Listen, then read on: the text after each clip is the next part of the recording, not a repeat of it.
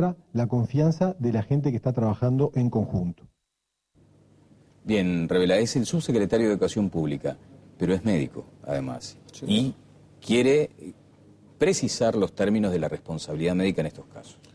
Mire, es médico, profesor de la facultad y distinguido colega de nuestro país. Yo con lo que decía el subsecretario, en términos generales, lo comparto. Ahora bien, yo asumo que no se refería a la responsabilidad de los hechos directos. Por un lado, porque eso tenemos que esperar que la justicia termine de investigar y concluya cuáles son las responsabilidades.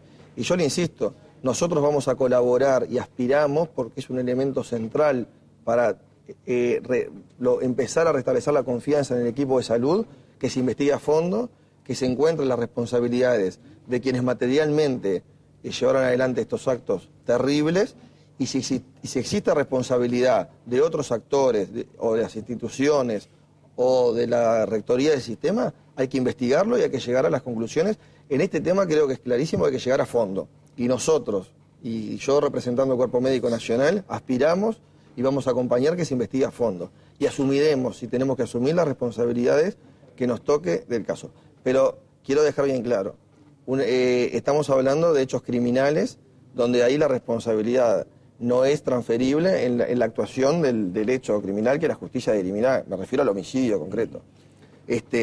Y lo otro que está arriba de la mesa, en cuanto a las historias clínicas, la justicia deberá investigarlo, los actores deberemos analizarlo una vez que la justicia concluya, pero yo insisto, y sin conocer las historias clínicas, y pensando como médico en este momento y ejerciendo la profesión, que no es poco probable que uno sospeche que hay una muerte violenta, como usted comprenderá, en una institución.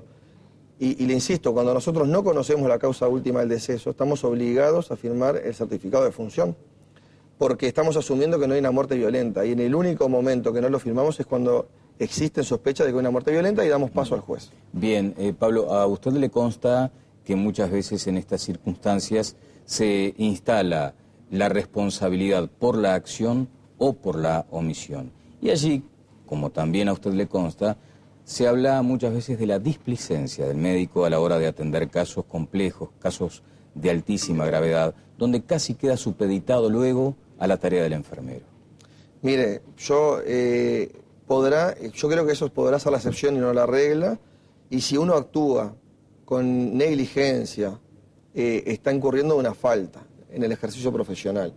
Por lo tanto, si alguien tiene la sospecha o la convicción de que un colega actuó con negligencia o con impericia, debe hacer la denuncia correspondiente y deberá investigarse, tanto a nivel de la justicia como nosotros tenemos actualmente un colegio médico recién creado. Exacto. Y los casos donde porque esto en definitiva es una mala práctica, una mala praxis, si uno actúa con negligencia, pero insisto, yo entiendo que eso es la excepción y no la regla, y los casos posibles de mala praxis, nosotros como Sindicato Médico del Uruguay, estoy seguro que la mayoría de los médicos queremos que se investiguen porque no representan a la enorme mayoría de los colegas de nuestro país. Claro, ahora el sindicato tiene, porque seguramente se habrá encargado de asumirlo en estas horas, el nombre de los médicos que estuvieron participando de estas situaciones.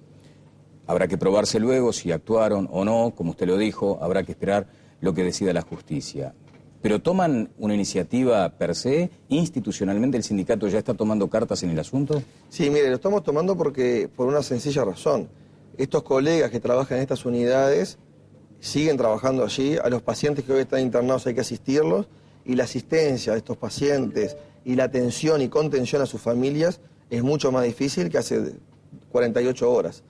Y nosotros vamos a apoyar y vamos a hacer todos los esfuerzos necesarios para apoyar la asistencia de estos pacientes y sobre todo la contención a estas familias, y para eso es que hemos tenido contacto con estos colegas, vamos a seguir teniéndolo, aspiramos a que y hemos tenido contacto con los funcionarios no médicos para actuar en conjunto, para que también ayudar al resto del equipo de salud, porque la actuación de estos homicidas no representa, y uno puede tener cuestionamientos a cómo un médico o un enfermero estableció un vínculo con uno, así vio que, porque es parte de la naturaleza humana, hay problemas de vínculo, la relación entre el paciente y el equipo de salud es muy compleja. Ahora, eso es una cosa.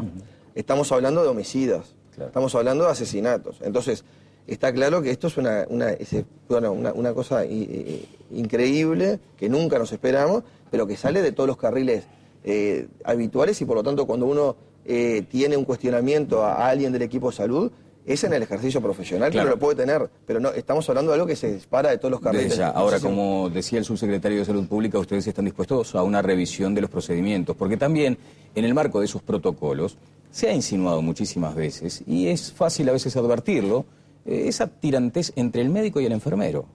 O sea, a veces el equipo médico no funciona como uno debería suponer. El ejemplo de la Fórmula 1, ¿no? Que todos resuelven, el piloto es el que está al mando de en este caso del bólido, pero hay un equipo que viene, se acerca y es el que le permite seguir rodando con la capacidad de ganar la carrera. Pero no se da tan así, me parece. Mire, yo ahí no tengo cuantificado. Yo le puedo decir mi experiencia personal como médico, y mi relación con el equipo de enfermería es excelente. Por supuesto que surgen diferencias, como surgen diferencias en cualquier equipo de trabajo, pero hay formas de resolverlo naturalmente. Nosotros, cuando hay digamos, diferencias, nosotros no pretendemos tener la verdad. Más allá de que asumimos la responsabilidad como médicos, estamos abiertos a discutir y a conversar con el resto del personal y del equipo de trabajo las distintas cuestiones y las decisiones que tomamos, y habitualmente no hemos tenido con el equipo con el que trabajo problemas.